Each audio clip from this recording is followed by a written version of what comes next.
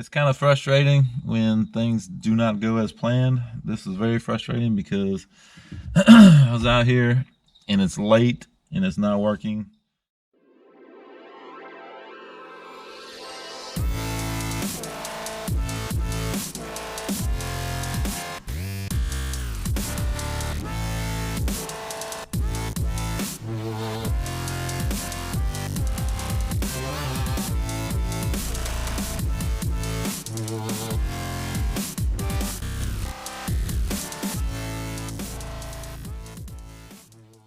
What's going on, and welcome back.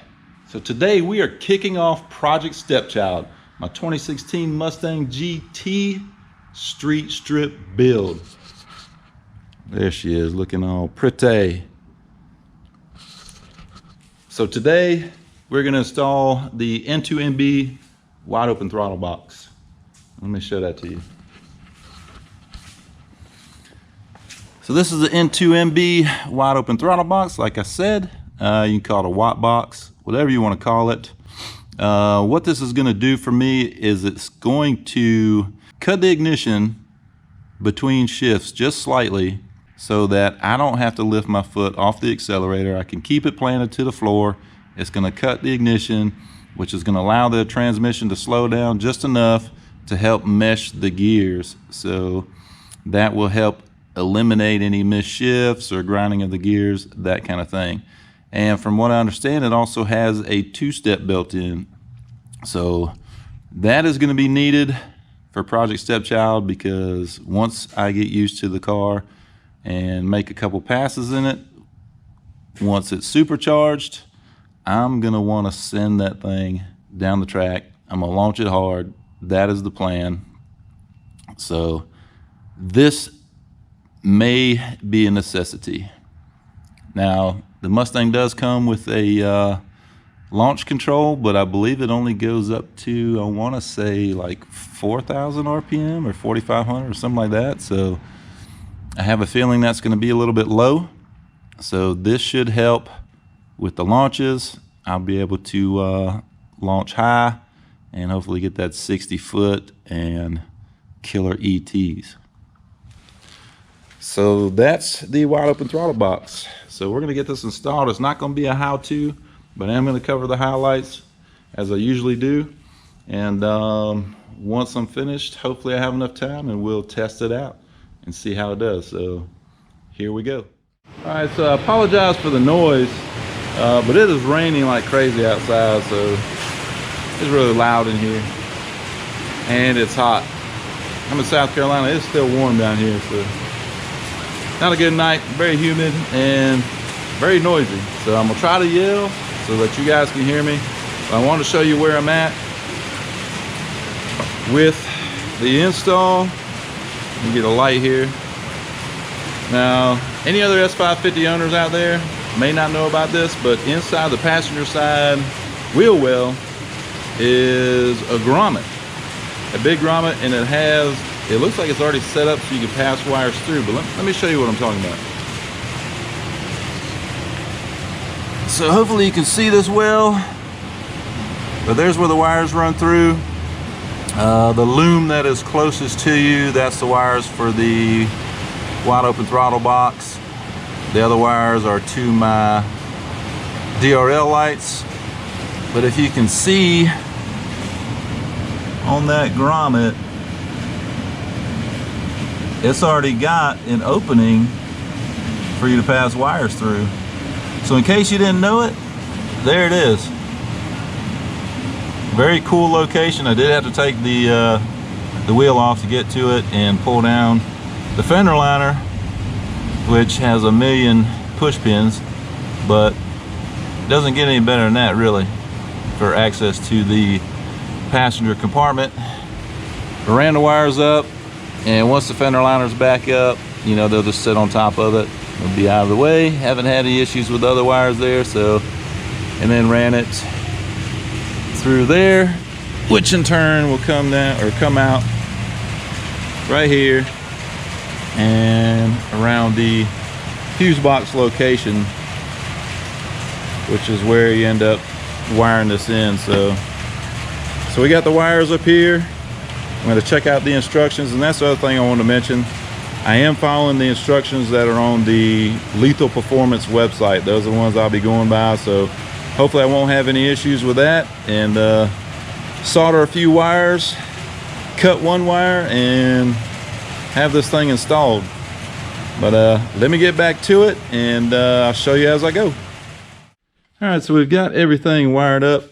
I did mess up. I wanted to show you guys the more of the actual wiring.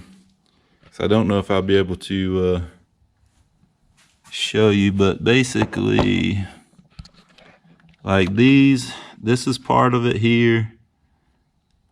Going in here, that wire is actually cut and split between two wires. And you can't really see. My apologies on that. I did want to show that to you guys, and I messed up. But if you can see down there, you can see kind of where my new covering comes off of the main plug there. If you can see the main plug, you got to take both the lower and the upper connectors off. I'm trying to see if you can see down in there.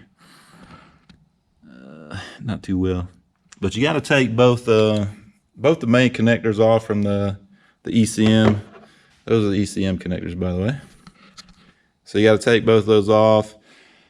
In the lower connector, there's two wires that you've got to solder in. You don't have to cut any wires out of the main harness, but you do have to splice these in. So you strip some back, splice it in.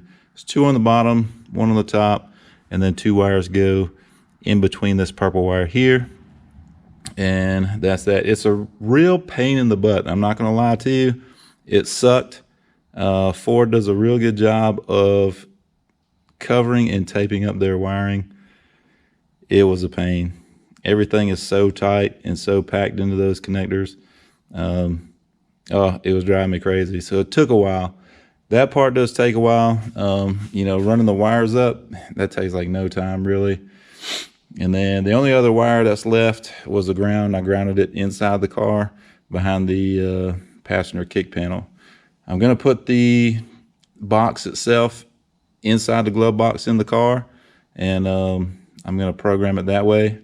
So I'm going to see how much time I have left tonight. It's getting kind of late. I'm going to see if I can't get a program and actually crank it up and at least see, you know, if it's working. I want to make sure it works because I did buy it used. Because I saved, you know, I got it for half the price of new. So, you know, I'm always kind of weary about buying used stuff, but, you know, hopefully it'll work and hopefully we won't have any problems. But I do want to try to get it cranked up tonight, make sure it works. And if so, I will catch that on this video. All right, well, I've been messing with the software a little bit and it does not appear to be working correctly. I'm not quite sure what's going on. I can show you what it's doing. So let's see.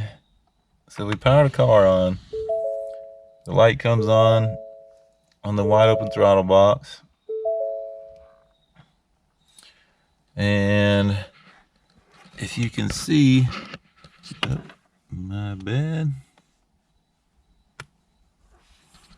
Now if you can see the bottom there, the clutch is up, meaning that it is not pushed in. So if I push the clutch in, which the clutch is in now, and I click on read up here, if I click read, then that up should change to down. And it does not. So, not sure what's going on there. I don't know. Spent quite a bit of time on this thing and it's late. And I have to work tomorrow, so that sucks. So I don't know what to do. I don't know if it's bad. I followed the wiring according to Lethal Performance. I was just searching and searching for wiring diagrams or how to hook these up to a S550, and from what I can tell, the wiring is correct. So Now it says in the instructions that if it doesn't change like that, then check your wiring, but that's all it says, check your wiring. So I don't know, it was a real pain in the butt to get to those wires, and I really don't feel like taking all that apart again, but I don't know, I guess I have to. It's either that or take the box off. I don't know what to do. So anyway, it's kind of frustrating when things do not go as planned. This is very frustrating because I was out here and it's late and it's not working, and you know, I don't know if that would affect the car in any way, normal driving. So you know, until I figure out a solution, you know, I guess the car is down until I take the box out, whichever. But I guess that's how it goes. Man, it sucks. But anyway, we're gonna end the video here because, like I said, it is late.